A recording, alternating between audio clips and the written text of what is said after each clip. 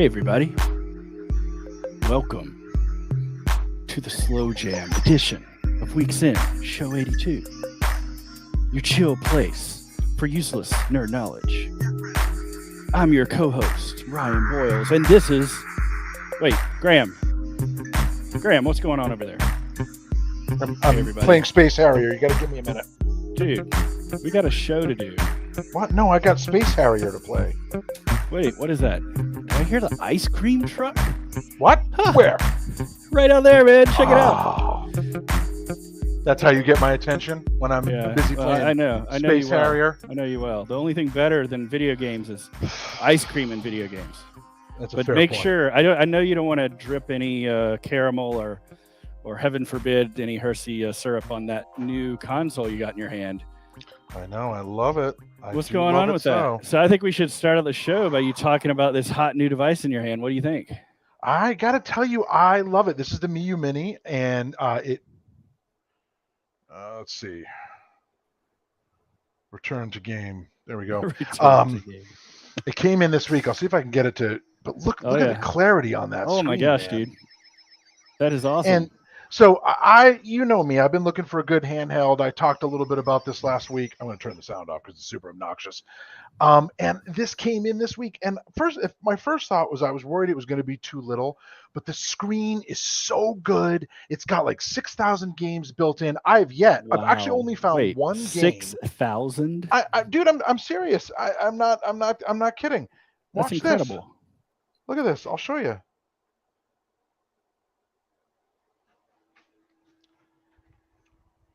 So you can go. So how do you navigate 6,000 games? All of so you pick your platform. Like this is Super NES, this is Game Boy, these are arcade games, this is Sega. You sort of pick which one you want, and then you go in and look at that list right there of Sega games, 1,903, and then you go through, you find a game you like, and you play it. That's so awesome. The first game I played was Twisted Metal, which was so much fun. Oh, nice. I was sweet too. I love that. But like the thing is I have yet. Well, okay. Until earlier today, and I haven't really searched, so it might be on there. I haven't been able to find a game that I wanted to play that isn't already on there. Some of them are not US ROMs, but like I still haven't had any issues. It's not like I'm finding games where they're in Japanese and I can't understand what's going on. That's amazing. Like Space Harrier, one of my favorite, US edition, no problem. World edition. But this game, Starblade, which I used to love playing in the arcade. Travis, if you're watching, you know the game. I'm trying to find out if I can get a ROM for Starblade to run on here. There's a version of Doom on here, but it's having trouble running. That was only the one where I had an issue with it running. So I do want to get Doom going. But the device is fantastic. It's fun to use. It feels heavy, like it's a really good quality. Yes, it's tiny, but like it is not a problem. Even for somebody of my ridiculous size, it's got buttons on the back, buttons on the front. There's just buttons everywhere. It's a lot of fun. It comes in this really cute little case. It's got everything you need in there. It holds a charge for a long time. And Starblade. I love that. Do you remember so Starblade? We need your help. Yeah, dude. Yeah, I love these space games. I mean, I loved Elite back in the day. Yeah. You got Star Fox on Nintendo. I mean, there's all kinds of like. I really gravitated towards these games because oftentimes they were kind of arcade style, but I loved if they had an extra dimension where you could traverse across galaxies and do trading and stuff like that too. Totally, dude. And Starblade, not only in its gameplay, but in the different cabinets and cockpit editions that were in the arcades at that time, were just so much fun. So I'm hoping I know there's a ROM, and I know I can get it to run on the Miyoo Mini. I'm just going to need a little technical help with that. And so one of the things is right out of the box, the Miyoo Mini runs really, really well. I mean, I have just had a blast playing with it, and it's great when you have ADHD like me, because you can play a game for 5 minutes, save your progress, go on to another game, save your progress, go on to another game. And so I've got a couple of friends, my friends Gavin and Kevin, who are technical geniuses, unlike me. I'm in marketing, so I'm only pretending to be one. And they're going to help me upgrade the operating system to Onion OS, and we'll put some new ROMs on there. So it's just, it's not only a fun little console, it's fun to play with your friends too. So I'm excited, and I love this thing. I feel like I finally found the handheld that I've really been looking for, and I can play every Game Boy game I've ever had is on there, and I don't need to worry about damaging my original Game Boy, which I want to just kind of keep safe and sound. So remind everybody of the shelf price and how you order one. So I got I got my Miyoo Mini from keepretro.com.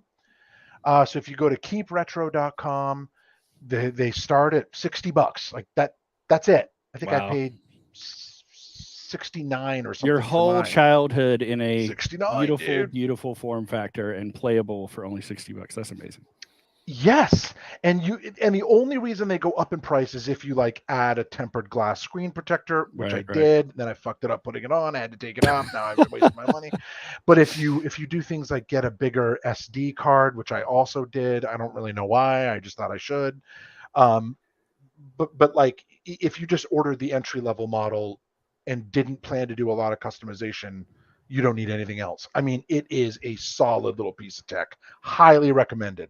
And if you get one, let me know. Maybe we can trade some ROMs or love it. Whatever. No, I'm thinking about it. I'm really thinking about it. I'm also thinking about some other. I was looking at the Steam Deck and wondering about so the that. Steam. Okay. So what's your opinion? Sure, if you want to shell out $600. Well, yeah, right. And that's the thing. Like the entry point for those, a little steep. If you're a serious handheld gamer, the Steam Deck I think is awesome. You should get that. But for me, I just want something I can kind of carry around in my pocket, take it when I'm volunteering at camp, take it, sit on the couch with it, and while I'm watching hearings about insurrection. I just I just want something that I can kind of keep around. A distraction from everyday and this thing is little enough that you can kind of fit in your pocket. The Steam Deck is like a machine. Well, I'll tell you. So I did look at that, but I don't know. What's been distracting me lately is this little guy that you sent me in my Christmas gift package. I wore out the batteries, and I got to get new batteries for my R2D2 Tamagotchi. But this thing, I'm telling you, man, this can slide in your pocket. Take it with you on trips. It has games in it. It has weird little ways that you're going to keep R2D2 alive and go on missions. It's pretty cool. That is awesome. All right, let's talk about more Star Wars. Let's get right into our streaming segment this week. We've got 3 shows, maybe a movie or 2 to talk about as well. But the first one, I wanted to continue our conversation from last week that we had with my son Ian, who had a little guest spot to talk about Obi-Wan, because you had a pretty hot take on Obi-Wan, and that it sucks, not in a good way. Last week, and it's not a good show. I was really on the fence about it. We were only 2 episodes in, but I decided, I was going to give it a chance. I'm really enamored / fangirling over Ewan McGregor being back on the small screen, but I'm really lost now. I wanted the 3rd episode to be awesome. The showdown, the first, Anakin, aka Darth Vader, come back, spoiler alert, and then the 4th episode just completely lost me. So I'm not even watching it anymore. I'm done. I'm with you. I'm already with you. So you didn't watch the 4th episode this week?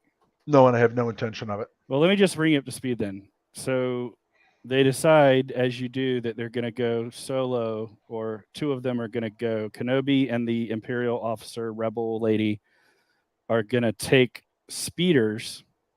Is this? Should you put us, folks? This is spoiler warning. This is definitely spoiler. Okay. And I'll even just go ahead and put this on the screen here. I mean, but here's the thing.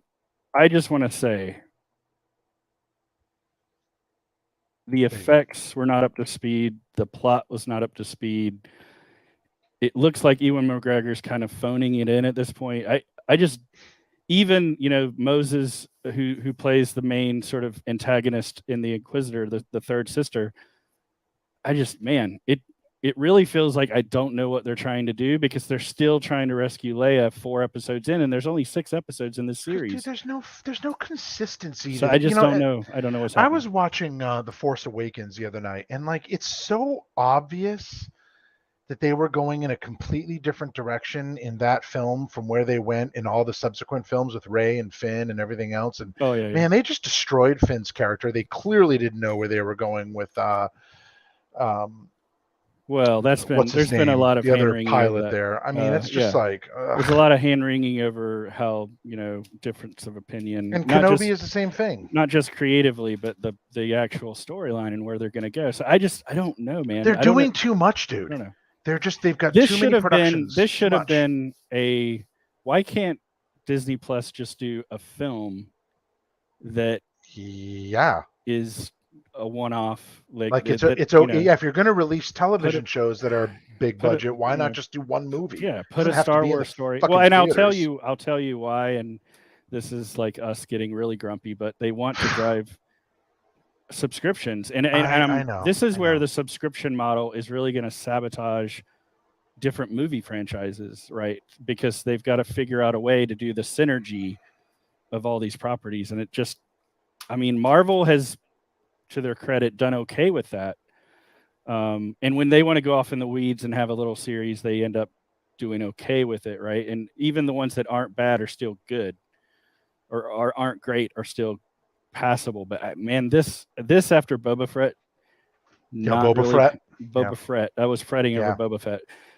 You were too. I don't know, man. I'm really disappointed that they could take these characters and sort of do nothing with it, other than them showing up and marching around. What they're doing now is they're messing with their holy grails, and like it's one thing when it's Boba Fett, because Boba Fett was like in the movies for 5 seconds, so who cares, right? Yes, I understand there's the whole clone Jango Fett, I get all that, but the point is that these are their most precious. Vader, Obi-Wan, like these are their most precious characters, and they're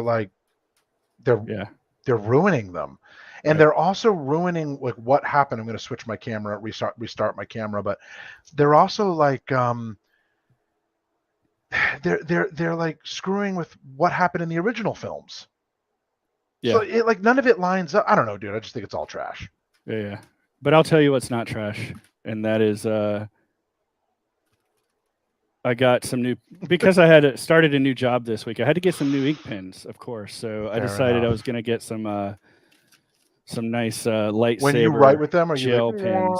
Of course, man. Of course. They don't make the sound, but I'm plenty capable of doing that myself. And I don't know why I'm making the sounds when I have one right there.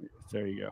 You know what I saw on Raspberry Pi's website this week is and this is going to make you think that I'm just talking about a project I'll never build, but they built lightsabers with using a Raspberry Pi board, the little skinny one, and does a bunch of sounds and stuff. But you can just get all fancy and just buy one like you did. I don't know. I just get fancy, baby. All right, I'm a fancy boy. Let's switch gears to Netflix. We're going to cover all the streaming services except for Hulu, I guess, this week.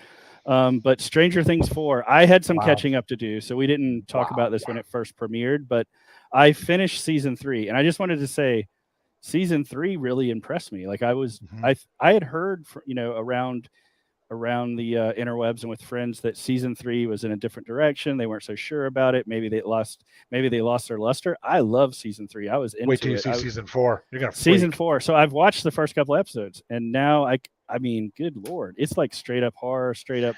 But like I'm actually, I'm a little freaked out. Yeah, they really leaned into the horror in a really, really compelling and good way, not in a cheesy, stupid way. It's really, really good.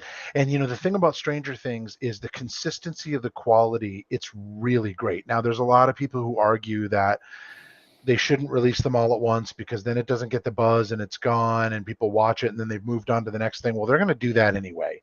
Yeah. But I really like it. I can't wait to see season 4 part 2 in July, which my understanding is, and we'll see how this really goes because we've heard this line before, but apparently that's the end of it. That's the end of Stranger Things. Really? And so I'm really...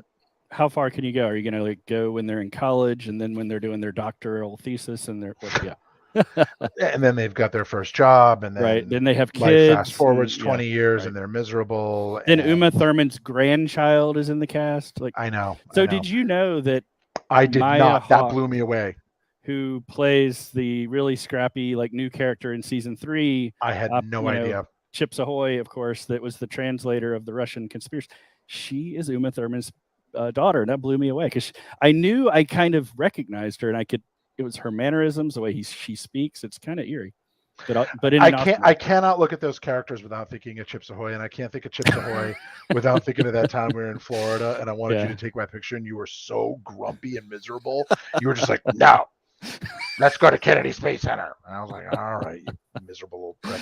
But nice. Yeah, man, I did not know that. So Stranger Things is great. The story is cool. I'm leaning into the horror, which I love. Yeah. And yeah. I don't want to say too much because I don't want to say too much either. I will talk about it once we get all the way through it and once everybody else has had a chance to binge it out. But so tell me this, how long is part 1? How many episodes do you know? Because they're longer episodes. I think it's 8. Is it like 4 and 4? No. It's 8. Part 1 is 8. Okay. So it's really like part 1 was 8 episodes and something like that. My understanding, part 2 is 2 episodes. So I don't know if they're like 2 hours. I see. I don't know if that's even correct. Because these episodes are longer. These episodes in part 1 are actually like an hour and 20 minutes each instead of like the normal 44. So they're actually, I mean, it is like cinema quality. Like you're right. See, that's what I was just going to say. Yeah. Is the cinematography, the writing, the acting, the effects, everything. The music. And the music, it's weird because it's like it's really, really good, but it also has a little bit of that, like, and not just because of the sets and the nostalgia, but the way it is shot, the way it is produced feels like a really great movie that was made a long time ago. Yeah. Right. And it's rare to see a series like keep morphing better instead of devolving. And you know what I mean? Like when you think about X-Files or some of those series that started out so great and then kind of when they changed hands, maybe didn't do the same thing. So anyway, I'm loving it. You're loving it. Loving it. I loved it. All of you can't wait to see the part 2. Let's switch gears to Amazon Prime, baby. Oh my God. I've got a funny story to start this with. So God, I hope this story doesn't involve a sneeze and somebody's dick. Well, it does involve this, but I'm not going to actually, we're not going to do like a live production of this. Tell me your story. If you've watched the first episode of The Boys season 3, you know what I'm talking about. If you haven't, you need to like mentally prepare yourself. I was not mentally prepared. But here's the funny story. So my wife famously doesn't like sci-fi, doesn't like horror, doesn't like any of that stuff. So The Boys kind of like, it doesn't like superheroes. So The Boys like expertly puts all those things together. Well, what does she watch? Well, what the hell did you two watch together? Reality TV and stuff. But that's another story for another day. So I'm turning on The Boys last night because I wanted to catch up and be able to talk about it with you. The first, scenes in the first episode start playing and she's like, oh, you can watch whatever. I'm not going to pay attention. She's sitting in the room. She looks up and sees the giant, the head staring at you, the snake or whatever your word is. She's like, what are you watching? What is happening? And then she sees that. And then she's like, why are you watching this? Why? And then she like gets up in disgust. And I was like, I warned you. And she's like, is it like this every episode? And I'm like, I mean. Well, so let's talk about that for a second, because I think this season is a little bit more graphic. It is. The whole show has been very violent. It's been, but now it's like every beat is like boom, boom, boom. Yeah, it's definitely harsher this time. Then you transition into a full-blown like morning sex scene between the two nicest characters on the show. I'm like, oh my gosh, okay, cool. So they're just going for it, and they've introduced new characters. They've got Soldier Boy, which is played by Jensen Ackles, which I love him from Supernatural, and I don't know, it's got a lot going on. It's got a lot going on. Again, another show that seems to be getting better with age, better quality. I'm totally into the plot. I want to know where this goes. I am just desperate to see Homelander have something absolutely horrible happen to him. Yeah, it's a great show, man. You know, I am curious. I don't want to get into spoilers, but somebody who died, I'm curious if that character is really dead, because I don't know if I'm believing. I'm not. I've only watched 2 episodes, so died. I'm not sure. I mean, okay, I'm gonna leave that Reserve alone. that for later. But I follow up. But I love the show. Yes, love it. And I need to. Not only do I need to finish watching that, I need to start. For All Mankind season 3, I guess it came out today. I think it is. I gotta watch that too. No. I'm so behind. I'm not even watching that. All right, I want to tee this up to you. I'm gonna. For All Mankind is one you could probably watch together. I feel like I'm sure. Like that one. I'm sure. But let's transition here. Let's talk about some retro. Jumping inside dicks in that one. Nope, you're safe about that. Let's transition to our retro talk of the day. So what the supercut? So somebody put this up. And it is what it is, right? It's a supercut tribute to video stores. So different scenes and showing video stores over the years. And you know what, man? The more and more I think about it, I really miss Blockbuster. I miss Advanced Video on King Street, Northampton, Mass. I miss Gavin would probably know the one that was on Pleasant Street in Northampton. I forget the name of it. Family Video? I no, definitely not. I remember really enjoying the experience of going in and talking about movies and picking out a movie and getting my comfort film that I'd rented 100 times, but also picking out some movies I'd never seen before. You know, maybe you buy a little candy or some popcorn, have a chat with somebody. This is going to sound super weird, but there was like a smell to these stores. They had like a vibe to them. Yeah. And there was always that one guy who like knew more about movies than you did. Right. And I really loved that experience. And you know, we don't have this. We don't really have music stores anymore. We don't really have movie store. Like you don't have this. There's an entire generation that has no idea what this was like. And so there's part of me that's sort of like almost wishing they would bring back physical media, because the experience of being of purchasing physical media was a lot of fun. So Weeksenders, if you're watching, I'd love to know, do you miss the experience of going and renting movies? Well, I do. I mean, what do you think? Do you? It also provided, there was if you want to think about it from just the experience of everything you just said, there's also the limitation of having to like get there at a certain time, or you were not going to get the movie maybe you were looking for, and then you've got to go. Didn't think of that. Find you've got to find a replacement movie that everybody. You wanted to get the new release, right? Or you had to get a replacement film. Then you had to rewind and bring it back. Recommendation, all that stuff. Yeah, there was a whole membership card. It was a whole thing. There was all that's, you know, I think that's what it is, Ryan, is there was like there was a whole set of like traditions and procedures around it, and it just made it a lot of fun, and I kind of miss it. Plus also it was got you the hell out of the house, right? And you had to, and Please Be Kind, rewind, like, you know, if you weren't back at a certain time, they charged you another day, and then you'd have to argue with I just really.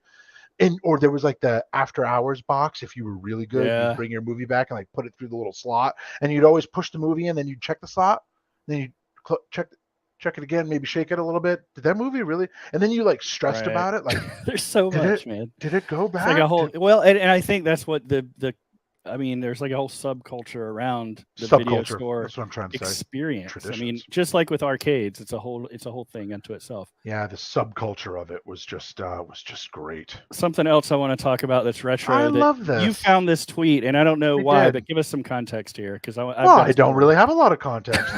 This person found a really old postcard. Looks like it's from. Well, he says that he sent it from wait a minute. He received it from his grandfather. Wait a minute. What? The funny part is that it says, I found a super old. Yep. Do you see the date on it? It's 1999. Right. Well, for a certain generation. Super old. So this was still, and then somebody there saying they were born 20 years. But think before. about it. It's This like was still 20, before smartphones, still before. No, I know. Kind of. I mean, this is when you were still doing dial-up. But right? here's the thing to remember: gaming wasn't huge on a PC yet. That's right. And not only is this a good tweet, and not only does it have a great picture of Harry S. Truman next to a picture of a rooster, but a stamp, if you will.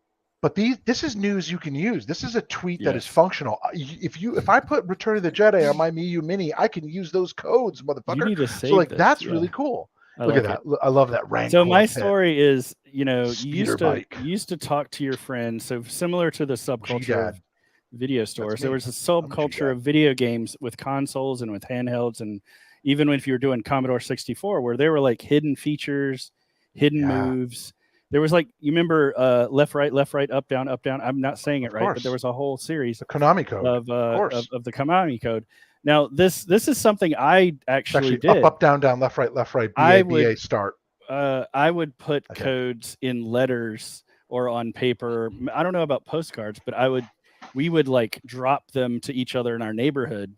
I used to Game Genie when I was a kid, and it was like getting, your spy envelope from your buddy. To like that's awesome. To like unlock I love stuff. that. So that's like, that just brings back the feels, By the way, can I point out, as the Canadian on this show, that if you look under where it says, "Hi, hope you're okay," this postcard was taken from the summit of Banff Jasper Highway, for the Bow Summit at Banff National Park, which, by the way, is arguably one of the most beautiful places like in the world. But what's interesting is it was printed in Australia, so there's just a whole globe, but was mailed in Virginia, so there's just a whole global story on this one postcard. That is, what does that say on the stamp? The H rate? I don't know, but there's a lot to unpack here, and it says it went through Richmond, Virginia. Nice. Yeah. I like it. I like this. Hope you're okay, and then just here's every code for Return of the Jedi. I know. Nice. Love it. All right, we're going to talk about a couple more things and then get out of here, folks. Let's do it. You wanted to. We got some shameless self-promotion to do, folks. The reason for this is apparently it's ATV season, folks. So take it away, Black Cherry Garage. It is. Tis the season, and we have a new video that we've put out. You can search for us on YouTube at Black Cherry Garage. Now, this video across YouTube and Twitter has been viewed over 500 times, 550, maybe even close to 600 at this point, which I understand those are not massive numbers. But the point is that for us, it is. Normally our videos are viewed like 28 times or 50 times. So all of a sudden this one, and we started getting comments. Somebody started talking to us, which was kind of cool. So we've got a new video out there. We'll have another one coming soon. And I want to encourage you to go ahead and check out our video. There I am riding my when you put those stats in the context of weeks in numbers, I mean, good Lord. You're doing gangbusters, my friend. Yeah, now I'm ready for sponsors and I can just retire. So we'll have a lot of more videos. We're going to do something I was struck by in this video in particular is that each member of your crew seemingly has a different brand of ATV, right? We all ride different ATVs. I'm the cool. only one that rides a utility ATV because I am in the rear with the gear. So gotcha. Yeah, so I'm the one that, like, see how mine's significantly larger than the others? They are sport ATVs. That way I can tow people, I can carry supplies, gas, water, food, beer, whatever. And but most importantly, tools and fuel, and I have all the tow cables and everything in case we're way out and we have a problem. And also I like to cruise and make movies. I'm not there to go crazy like these guys are. So we have a ton of fun. But do me a favor, folks, if you're out there, check it out on Twitter.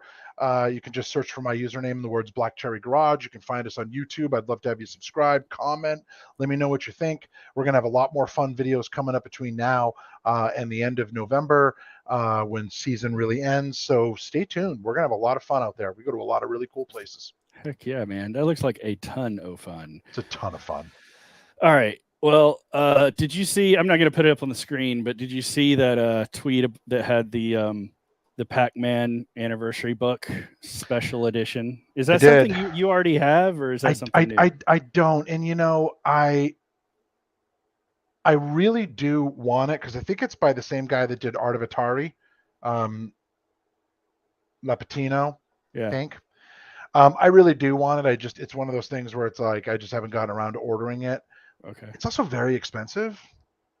So I'm kind of waiting to see if they put an edition out that doesn't come with, like, I'm not going to play the record, even though I have records. But like, it's just one of those things where it's like, do I want to put new tie rods on an ATV, right? Or do I want to get a book about Pac-Man? So it's a little bit of priority shift, I must say. Of course. But I did see it, and it does look cool. Let's talk about DALL-E just real briefly. I think I broke it, or I don't know. Like, here's my 2 comments. No, you are not doing it right. This thing that has been sweeping the internet this week is called, I guess it's pronounced DALL-E, but it's an AI image generator where you just type in keywords and it goes out and sort of mushes thing together. So I had fun with it, but I typed in Bears, Beats, and Battlestar Galactica, and it did not know what to do other than to give me some produce. Okay. What kind of fun have you been having with this? I'm gonna put a link in the chat, and I would like you to share my screen. I actually did it properly. I've got one for you right here. There you go. That's it. That's it. So it's Han Solo eating pancakes. So I tried it, and this one works surprisingly well. Look, unless you're living under a rock, if you've been on social media the past 48 hours, these things are everywhere. And most of them are like, some of them are knockdown, drag out, hilarious. And you know what I love about these kind of trends? They get old quickly, but they flame out quickly, and that's fine too. But I love seeing the creativity of people, like the stuff people think of. And like I tried to do one today where it was Conan the Barbarian it was Conan the Barbarian as Bill Lumbergh in Office Space, but it didn't work. It just showed Conan. Well, that's so some of them work, some of them don't. But the creativity of people out there, this is the only one I've done that really worked really well. One of the downfalls is just fun. I guess I don't understand quite. I guess it's generating the whole image based on data, maybe, because the faces are always kind of mushed. Oh, I don't care. It all looks like trash, but it's just one that I did, but I don't have ready to show on the screen here is Marilyn Monroe riding motorcycles. I tried to do Thomas the Tank Engine eating at Taco Bell. Nice. And Optimus. I did one for Optimus Prime. It was like Optimus Prime on trial for murder. Nice. All right, this is our last topic of the day, folks. We saw there's a new DCEU trailer out for a upcoming superhero movie, and there just seems to be no shortage of superhero films coming at us, with the exception of Top Gun Maverick, which is destroying still at the box office. But there was a new trailer for Black Adam, and The Rock is pumping this really all over the interwebs, all over the socials. And I want to get your take on it, because I think we might be a little bit on the opposite ends of the spectrum on this one. We are. I think it looks fantastic. I was excited to see Hawkman, quite honestly, which was an Atom Smasher. Okay. So I actually think in terms of the quality of the DC films, this one actually looks pretty good.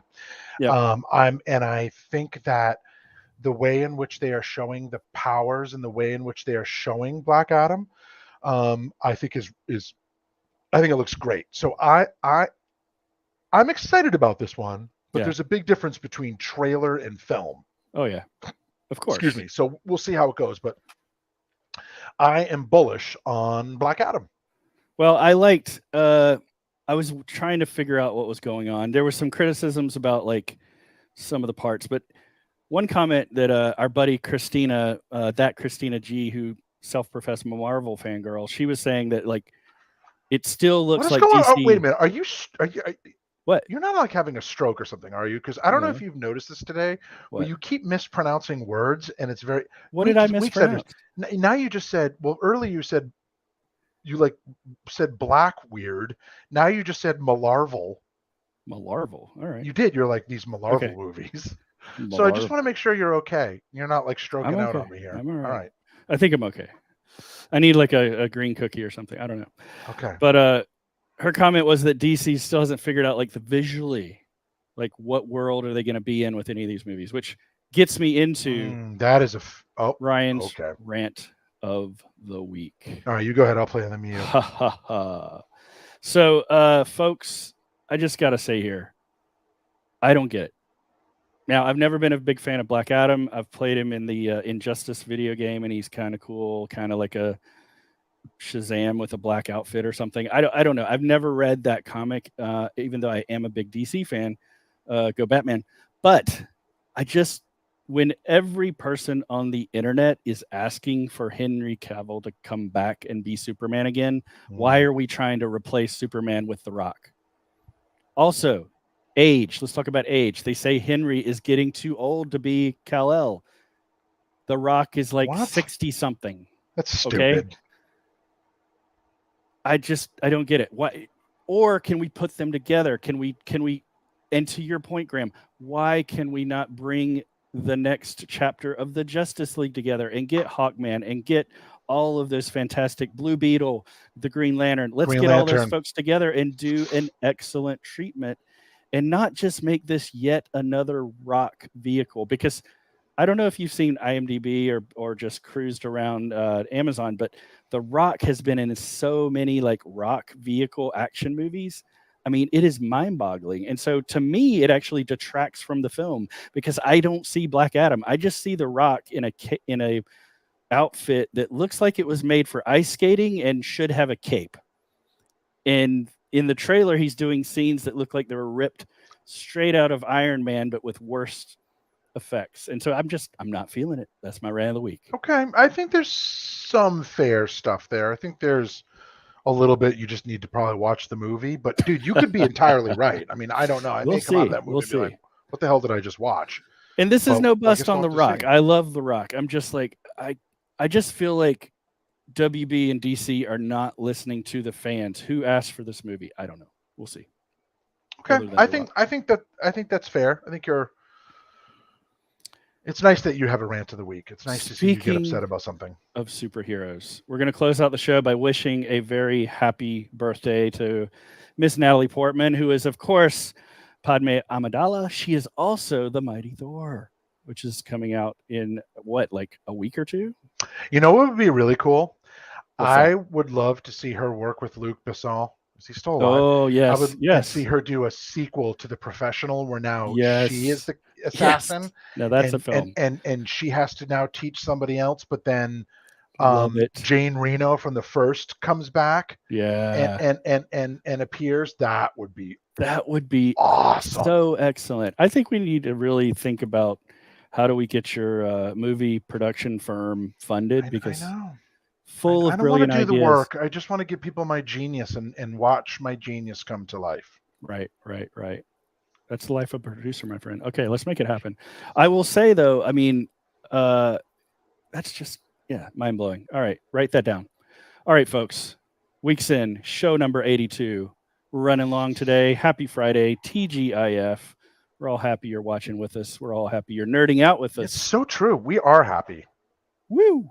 We are, right? All right. Yeah, baby. Even though we don't work at the same company anymore. We don't I've lost you. Maybe that's a good thing. Maybe that'll turn out to be, I don't know. We'll see. Maybe it will. All right, stay chill, baby. All right, folks. We'll see you soon. Take it easy. We'll see you next